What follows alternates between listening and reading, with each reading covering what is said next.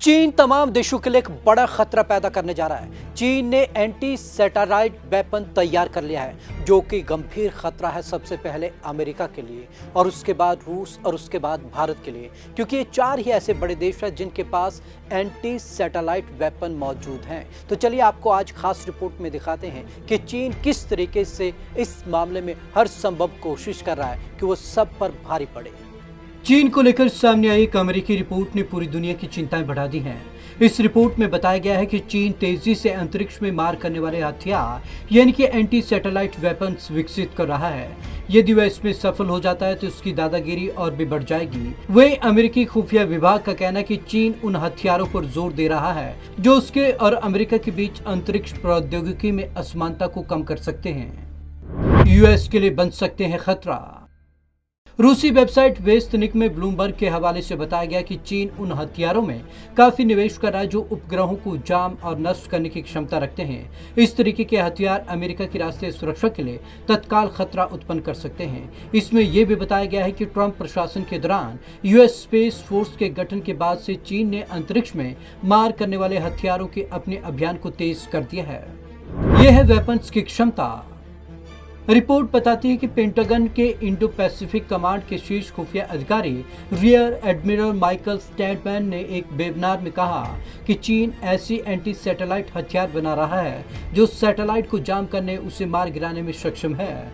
उन्होंने बताया कि चीन हमारी अंतरिक्ष क्षमता पर करीबी निगाह रखे हुए है, वो हमसे आगे निकलना चाहता है। वॉर में चीन को होगा फायदा। माइकल स्टैडमैन ने चेतावनी देते हुए कहा कि अगर चीन हमारे साथ किसी युद्ध में उलझता है तो अपने उद्देश्यों को सुरक्षित करने में सक्षम होगा।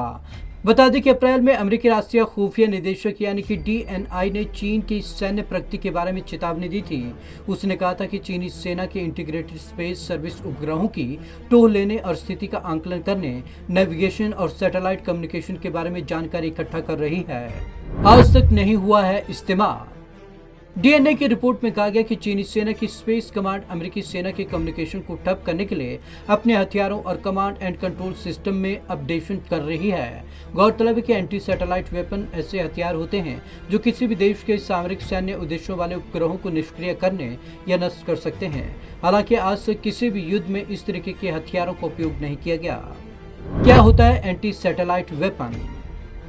एंटी सैटेलाइट वेपन एक हथियार होता है जो किसी भी देश के सामरिक सैन्य उद्देश्यों के लिए उपग्रहों को निष्क्रिय करने या नष्ट करने के लिए बनाया जाता है। आज तक किसी भी युद्ध में इस तरीके के हथियारों का उपयोग नहीं किया गया, लेकिन कई देश अंतरिक्ष में अपनी क्षमताओं का प्रदर्शन और अपने अंतरिक्ष कार्यक्रम को निर्बाध गति से जारी रखने के लिए इस तरीके के मिसाइल सिस्टम को जरूरी मानते हैं। अभी तक दुनिया के 4 देशों अमेरिका, रूस, चीन और भारत के पास ये क्षमता मौजूद है।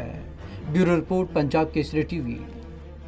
तो आपको बता दें कि एंटी सैटेलाइट वेपन का अब तक एक बार भी इस्तेमाल नहीं हुआ है, लेकिन अब तैयारी इस ओर बढ़ रही है, यानी कि आने वाली लड़ाई बेहद खतरनाक होगी और चाइना, अमेरिका, रूस और भारत इस जो मसला है पूरे तरीके से इस पर पैनी नज़र रखे हुए है। हर देश ये कोशिश कर रहा है कि इसमें हमारा कब्जा हो, यानी कि और देशों से हम एक स्टेप ऊपर हों। तो आज की इस खास रिपोर्ट में बस इतना ही। विवेक शर्मा को दीजिए इजाज़त। नमस्कार।